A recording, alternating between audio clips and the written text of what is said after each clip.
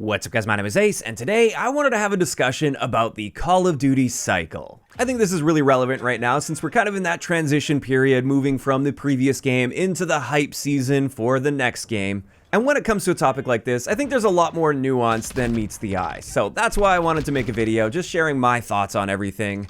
And diving right in, you guys may have seen images like this one right here. This is the most common COD cycle, where essentially the main premise of this COD cycle is there's always hype for the upcoming Call of Duty game, hate for the current Call of Duty game, and then praise for the previous Call of Duty game, even though during that game's life cycle there was nothing but hate for that Call of Duty game. And usually the implication here talking about the COD cycle is that COD players are just mindless, hypocritical drones because they just follow this cycle year after year after year. But is this entirely the truth? Well, I would actually say yes and no. There's a lot more nuance to consider here, and I just thought it would be interesting to talk about it. So let's first focus on the hype for the upcoming game, that portion of the Call of Duty cycle.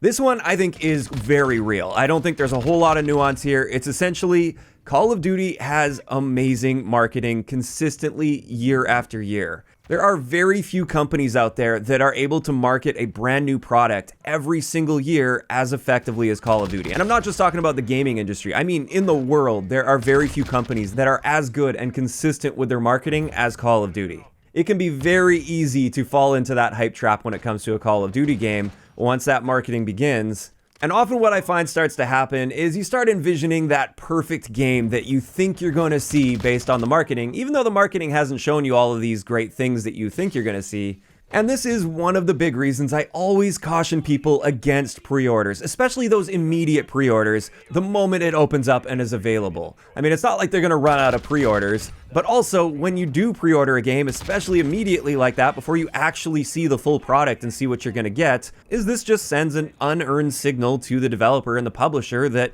if you slap the Call of Duty name on it, you'll pay for it. You don't care. You'll throw money at it no matter what.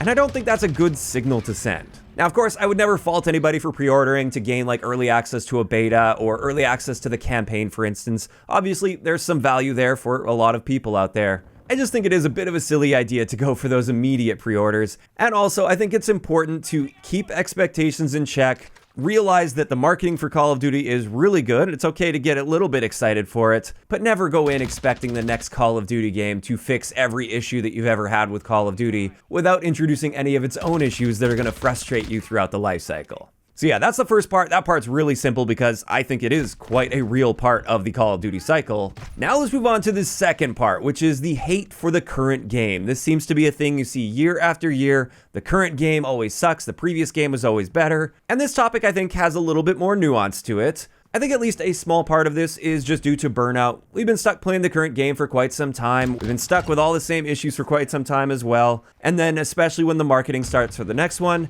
you start to see that hope for something better on the horizon. And that makes you hate the current thing that much more. Additionally, I would say part of it is just genuine hate, and it's absolutely very justified hate in many cases as well. I hate the UAV bug that's currently present in the game. I hate the current perk system that Modern Warfare 2 is using. I'm definitely not trying to imply that hate for current game is not a real thing, because it is. There are things to genuinely hate or dislike about a Call of Duty game for sure.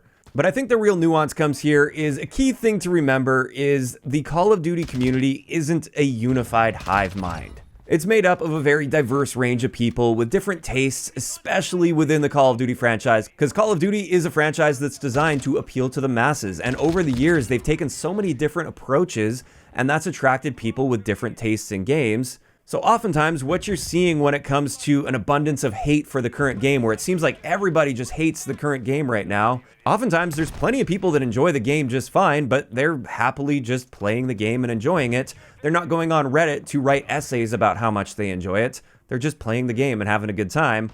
Whereas inherently, people are much more likely to write negative reviews and negative things, and that's why you tend to see a lot of that rise to the surface. You see far more people hating on the game than defending the game, because the defenders are too busy just playing the game and enjoying it.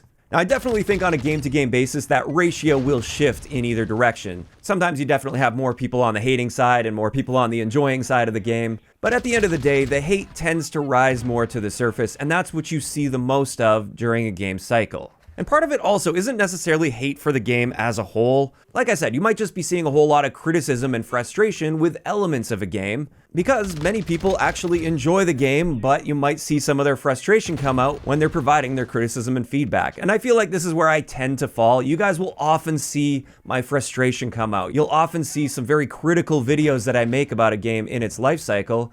And it's not because I hate the game, it's often because I like the game, but it's not reaching its potential, and I would love to see it reach its potential, and it's frustrating to see that not happen. So there we go. When it comes to hate for the current game, I think definitely there is some of that there, and you tend to see that rise to the surface, but there is a bit more nuance to that. And now finally, let's talk about the praising of the last year's game, or the previous Call of Duty game, even when it seemed like everybody hated it the year before when it was in its life cycle. I think this topic is the most nuanced of all. And first up, we have something I already talked about here. I think it's often just not the same people. The people that are praising last year's game were likely in that group that was just quietly enjoying the game when it was in its life cycle, and now that it's no longer in its life cycle, they kind of miss that experience, or they see people bashing it and then they come in to defend it because they genuinely enjoyed the game. As for the second part of this topic, and I think this is a big part of where the praise for previous games comes in, oftentimes, especially with recent Call of Duty games, the game will start off in a really rough state with a lot of bugs, a lot of issues, possibly a lack of content as well. So at launch, it already feels kind of stale because there's just not that many maps or that many guns or anything to use. But then over time, a lot of those issues get fixed. A lot more content gets added. And by the end of its life cycle, genuinely, many of the Call of Duty games end up in a really good state, but you don't see that until the end of the cycle. So that hate for the game during its life cycle, during its peak period when it had the most players shortly after launch, that may have been very justified hate, and that might be the hate that you remember.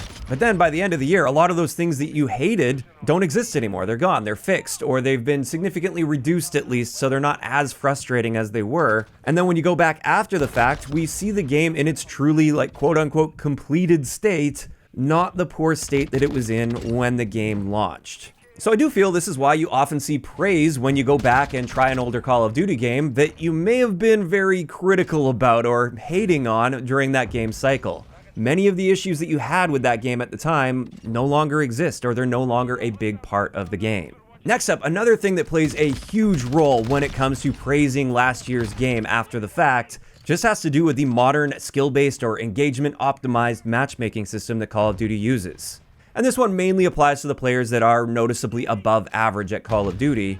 When the game is at its peak popularity, the player pool that you have to connect to at any given time is going to be quite high. That's when its population is at its peak, and the bigger the player pool is that you're able to connect to when searching for a match, the more likely it is that that system is able to place you in the type of lobby it wants to place you in. If it wants to place you in a really difficult lobby full of really good players, it's able to do that when there's tons of people playing. But after a Call of Duty's life cycle, that population drops off massively, and now when you search for a game, there's no way it's going to find 11 other players that are also really good players for you to play against. In fact, it may struggle to find even like 2 or 3 of those players to put in your lobby, and as a result, oftentimes when you go back to play older Call of Duty games after their realistic life cycle is over, you have an entirely different experience. It can be a night and day difference playing in a totally mixed, more organic style of lobby compared to a lobby that's heavily manipulated by the engagement-optimized matchmaking system. So I think this is actually a huge part of why older Call of Duty games can often feel so much better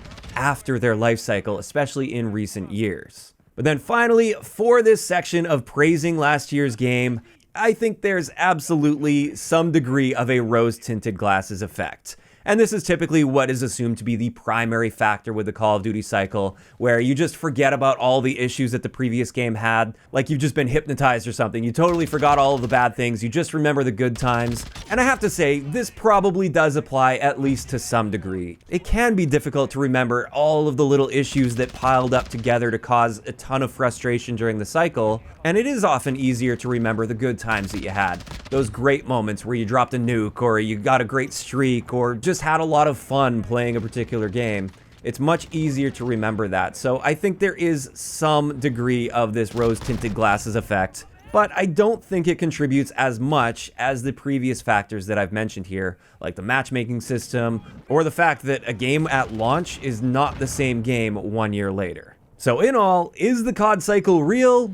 Yes, I do think it's real to some degree, but I think there's also a lot more nuance to it, and it's not necessarily the case that the entire Call of Duty community is just stupid for following this cycle year after year, and they're just hypocrites for hating on the current game and always praising the previous one that they were hating on.